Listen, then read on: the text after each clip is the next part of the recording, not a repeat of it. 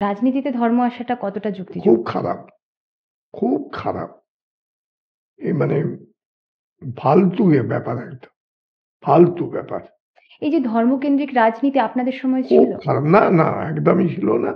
আর এটা খুব খারাপ ব্যাপার, খুব খারাপ ব্যাপার। এই যে বর্তমানে মানে আপনাদের সময় অভিনয় জগতে যারা ছিলেন, অভিনয় করতেন, অভিনেতা হিসাবেই সবাইকে চিনত।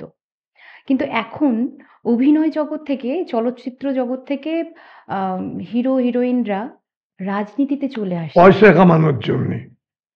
কোন দল পয়সা দেবে সেখানে চলে যাই। এই জন্যে যাচ্ছে। এটা কি সমাজের ভালো হচ্ছে কিছু? আমার মনে হয় না। জানি না, সেটা ওরা বুঝবে। বা আচ্ছা। যারা নিচ্ছে যে দলে তারা বুঝবে।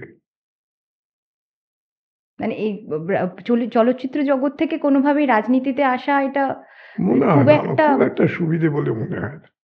তার মানে এখন যে পরিস্থিতি আপনার মানে অনেক কিছু মনে হয় যে অনেক কিছু পরিবর্তন করা উচিত। পরিবর্তন না, বাদ দিয়ে দেওয়া উচিত। বাদ দিয়ে দেওয়া উচিত। মনে হয় না। আপনি বামপন্থী চিন্তাধারার লোক অনেকেই বলেন। অনেকে বলে না, ১০০ বার। ১০০ এটা বার। আপনি স্বীকারও করেন হ্যাঁ, সামনাসামনি। তো স্বীকার না করে কি আছে? তো এই কারণে কোনো সমস্যার সম্মুখীন হয়েছেন? হ্যাঁ, অনেকবার হয়েছে। আমি একটা বাড়ি ভাড়া নিতে গেছিলাম অনেকদিন আগে। তারা দেয়নি বাড়ি ভাড়া, আমি বামপন্থী করি বলে।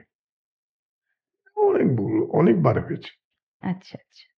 আপনাদের হাতে যদি এখন রাজনীতির যে ক্ষমতাটা যদি থাকতো, তাহলে সবচেয়ে আগে কোনটা পরিবর্তন ওই তো করতেন? বললাম রাজনীতিটা বন্ধ করে দিতে হবে আগে।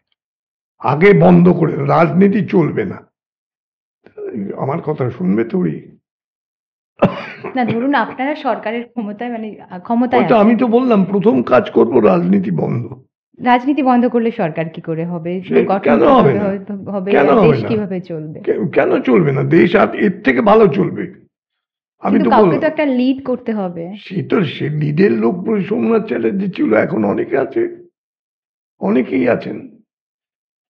ওইভাবে বললে হয় না।